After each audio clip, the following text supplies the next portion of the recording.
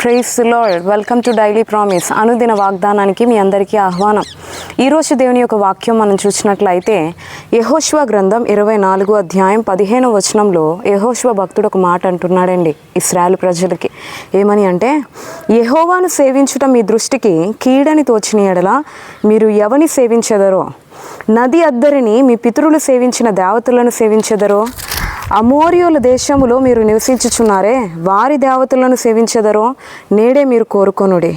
మీరెవరిని సేవింప కోరుకునినను నేనును నా ఇంటి వారును యెహోవానే సేవించెదము అనేను.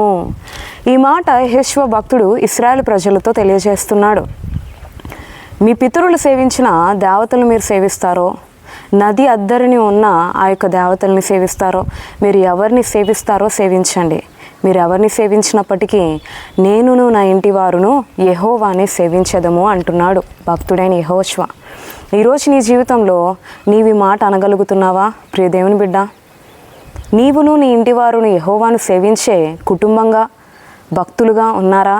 లేకపోతే నేను ఒక్కరిదాన్నే యెహోవాను సేవిస్తున్నాను, నేను ఒక్కరిదాన్నే భక్తి చేస్తున్నాను, నేను భక్తి చేస్తే నా కుటుంబం అంతయు ఆశీర్వాదం, దేవుని ఆశీర్వాదం నా కుటుంబం అంతటికి వచ్చేస్తుంది, నేను దేవుని మందిరానికి వెళ్తే నా కుటుంబం రానవసరం లేదు, నేను ప్రార్థన చేస్తే నా కుటుంబం అంతటికి కాపుదల దేవుడు ఇచ్చేస్తాడు అని అనుకుంటున్నావా? లేదు. దేవుని చిత్తం ఏంటి అంటే నీవును నీ ఇంటి వారును దేవుని సేవించాలని. దేవుని చిత్తం ఏంటి అంటే నీవును నీ ఇంటి వారును కలిసి ప్రభు సన్నిధికి వెళ్ళాలని, నీవును నీ ఇంటి వారును కలిసి ప్రభుని ఆరాధించాలని, ప్రభుకి ప్రార్థన చేయాలని, ప్రభు కొరకే బ్రతకాలని ప్రభు యొక్క ఉద్దేశం. యెహోషువ భక్తుడు అందు నిమిత్తమే అంటున్నాడు, నేనును నా ఇంటి వారును యెహోవానే సేవించదము అని. నీవు కూడా నీ జీవితంలో నీ ఒక్కడివే దేవుని మందిరానికి వెళ్తూ ఒక భక్తిపరుడుగా, ప్రార్థనా పరురాలుగా జీవించడం కాదు. నీవును నీ భర్త, నీవును నీ భార్య, నీవును నీ బిడ్డలు, నీవును నీ కుటుంబ సభ్యులు కలిసి ప్రభువుని సేవించేవారుగా, ప్రభువుని వెంబడించేవారుగా ఉండాలి. ఇంతకీ ప్రభువుని ఎట్లా సేవించాలి అంటే ఆ పై వచనంలోనే ఒక మాట వ్రాయబడి ఉంది 14వ వచనంలో. ఏమని అంటే, దేవుని సేవించే మనమంట నిష్కపటముతోనూ సత్యముగా దేవుని సేవించాలంట.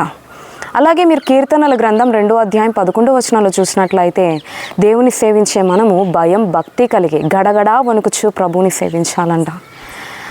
ఇంకా మీరు బైబిల్లో చూసినట్లయితే రోమియోలకు రాసిన పత్రిక 12వ అధ్యాయంలో ఒక మాట ఈ విధంగా వ్రాయబడి ఉంటుంది. ఏమని అంటే, ఆసక్తి విషయంలో మాంద్యులు కాక ఆత్మయందు తీవ్రత కలిగి ప్రభువుని సేవించాలంట. ఇంకా మీరు కీర్తనల గ్రంథం 100వ అధ్యాయం 2వ వచనం చూసినట్లయితే సంతోషముతో యెహోవాను సేవించేవారిగా ఉండాలంట. సో ఈరోజు నీవు సేవించే నీ ప్రభువు నీ నుంచి కోరుకుంటుంది ఏంటంటే నిష్కపటముగా, సత్యముగా, సంతోషముతో దేవుని సేవించాలని, భయం భక్తి కలిగి గడగడా వణుకుచు నీవును నీ ఇంటి వారును యెహోవాను సేవించాలని, ఆత్మయందు తీవ్రత కలిగి ప్రభువుని సేవించాలని. ఇంకా మీరు ద్వితీయోపదేశ కాండంలో చూసినట్లయితే పూర్ణ హృదయంతో, పూర్ణ మనసుతో ప్రభువుని సేవించాలని ప్రభు ఆశపడుతున్నాడు. సో ఈ రోజు నుంచి దేవుని సేవించు. నీవు మాత్రమే కాదు, నీవును నీ ఇంటి వారును కలిసి ప్రభువుని సేవించే వ్యక్తులుగా, భక్తులుగా జీవించడానికి ప్రయత్నించు. తద్వారా యెహోషువ భక్తుడు ఎలాగైతే దేవుని దృష్టికి ప్రియంగా ఎంచబడ్డాడో నీవును నీ కుటుంబం కూడా దేవుని దృష్టికి ప్రియంగా ఎంచబడ్డానికి ప్రయత్నించండి. అటువంటి గొప్ప కృప ప్రభు మనకి ఎల్లప్పుడూ దయచేయును గాక. ఆమేన్.